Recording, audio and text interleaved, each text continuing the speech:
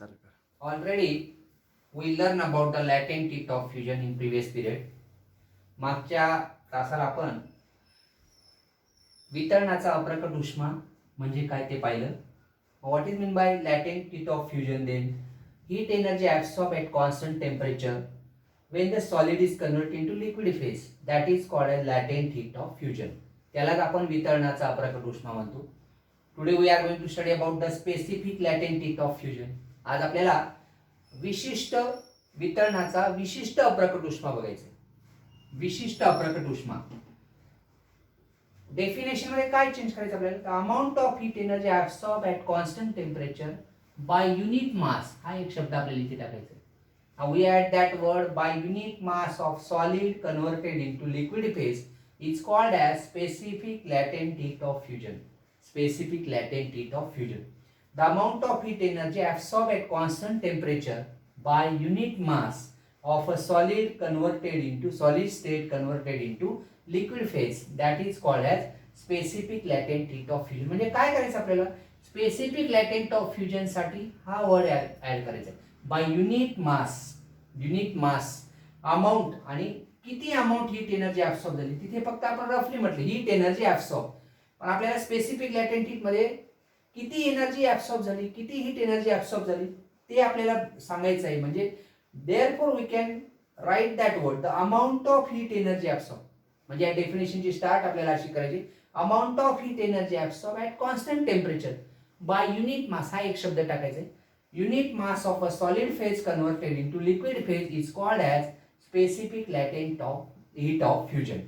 म्हणजे फ्युजन मध्ये काय होतं हे तुम्हाला माहिती आहे की सॉलिडचं कन्व्हर्जन हे लिक्विड मध्ये होतं.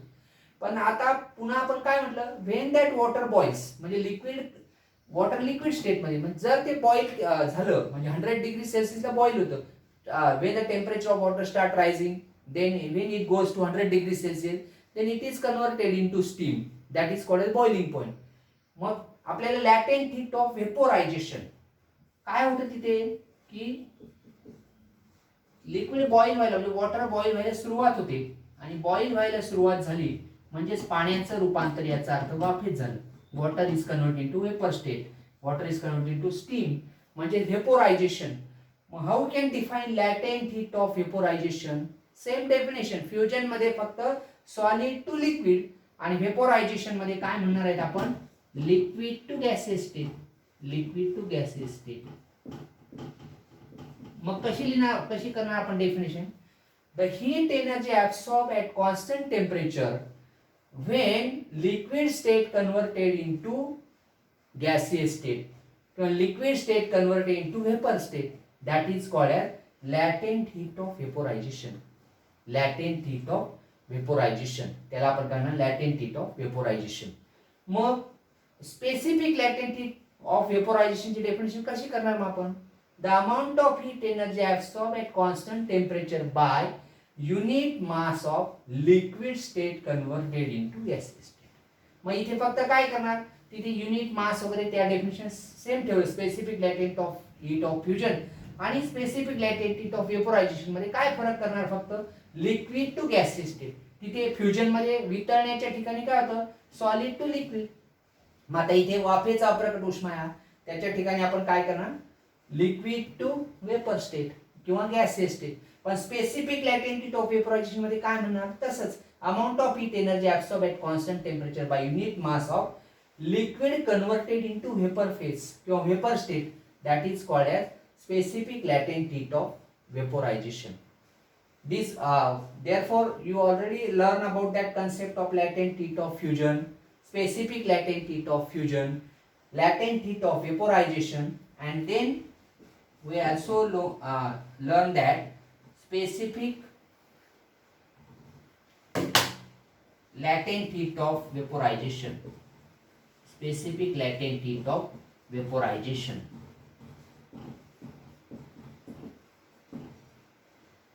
Now today we are going to study about the next concept, new concept of that heat, that is relation. पुनर्हिमायन, पुन्हा बर्फामध्ये रूपांतर होण्याची कन्सेप्ट आहे.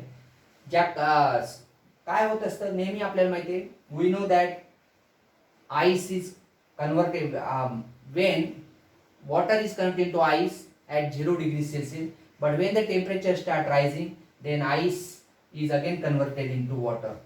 आईचं कन्वर्जन वॉटर मध्ये होत असतं. The phenomenon in which ice converted into liquid or water due to applied pressure.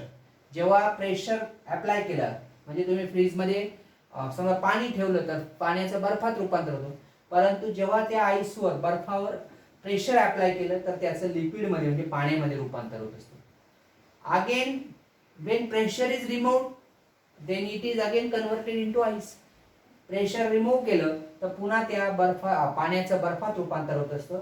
असा जो फेनॉमिनॉन आहे त्या फेनॉमिनॉनला म्हटलेलं रिग्लेशन मीन्स पुनर्हिमायन, पुन्हा बर्फामध्ये रूपांतर होणे. पुन्हा एकदा ऐका. Now once again now see the definition of regelation. The phenomenon in which ice converted into water or liquid state due to applied pressure, but when once the pressure is removed then again water is converted into ice, then that phenomenon is called as reglation. That phenomenon is called as reglation. Regulation बघता बघता या chapter मध्ये आपल्याला पाण्याचं असंगत आचरण means anomalous behaviour of वॉटरची थोडीशी छोटीशी कन्सेप्ट आपल्याला पहिल्यांदा बघायची. Anomalous behaviour of water, this is very important for your examination. So many times in examination will ask the question for anomalous behaviour of water. Now today we are going to study this concept, anomalous behavior of water. We all know that when liquid is heated, एखादा द्रव पदार्थ असेल त्या द्रव पदार्थाला जर तुम्ही उष्णता दिली तर त्याचं तो एक्सपांड होत असतो म्हणजे त्याचं प्रसरण होत असतं. एखाद्या द्रव पदार्थाला जर उष्णता दिली, when any liquid is heated then it get expand. पण पाण्याच्या बाबतीत मात्र water is exceptional case for that, परंतु पाणी मात्र त्याला अपवाद आहे. When water is heated then it will not expand but it will be contract. ते एक्सपांड होण्याऐवजी कॉन्ट्रॅक्ट होतं. This is exceptional behaviour of water. ते कॉन्ट्रॅक्ट होत असतं. Means from 0 degree Celsius to 4 degree Celsius it contract. ते contract होत असतं. आणि 4 डिग्री सेल्सिअसला at 4 degree Celsius volume is minimum. 4 degree सेल्सिअसला त्याचं आकारमान कसं होत जातं, कमी कमी होत जातं. At 4 degree Celsius volume is minimum. The density of water at 4 degree Celsius is maximum. आणि म्हणून ज्या अर्थी व्हॉल्यूम मिनिमम होत असतं, you know that the formula of density, density is equal to mass upon volume. Therefore density is inversely proportional to volume. At 4 degree Celsius volume of water is minimum, therefore density of water is maximum.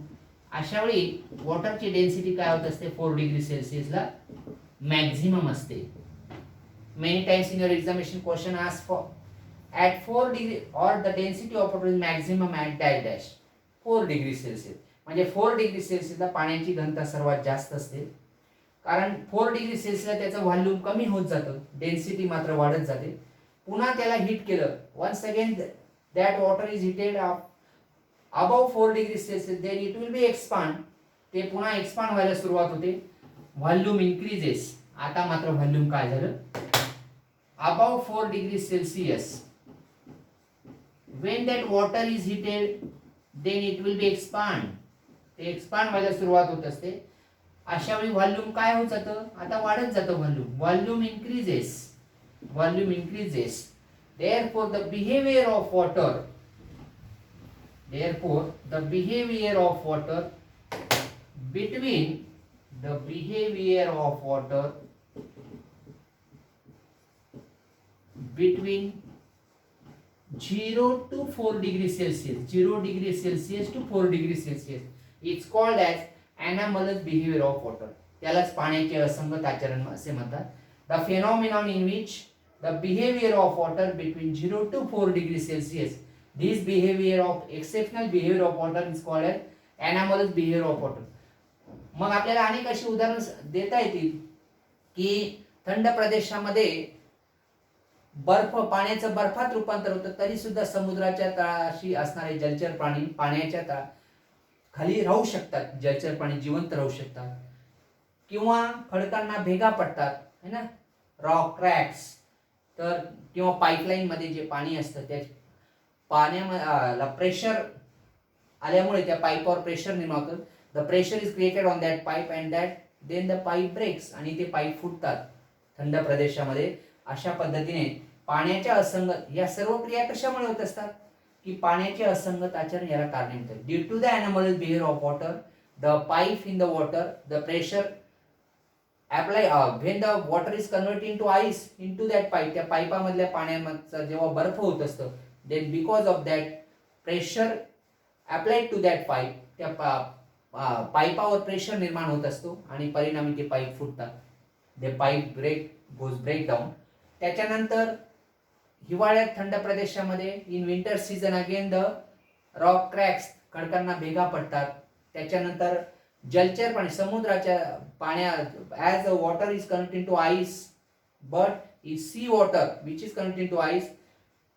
तसं असताना सुद्धा काय होत असतं की हे जे जलचर पाणी आहेत पाण्यामध्ये राहणारे, हे सुद्धा त्या परिस्थितीमध्ये जिवंत राहू शकतात. This is due to the anomalous behaviour of water. हे सर्व कशामुळे घडतं? Exceptional behaviour of water, anomalous behaviour of water, पाण्याच्या असंगत आचरणामुळे ह्या घटना थंड प्रदेशामध्ये घडत असतात. Now will see afterwards the next part of the chapter.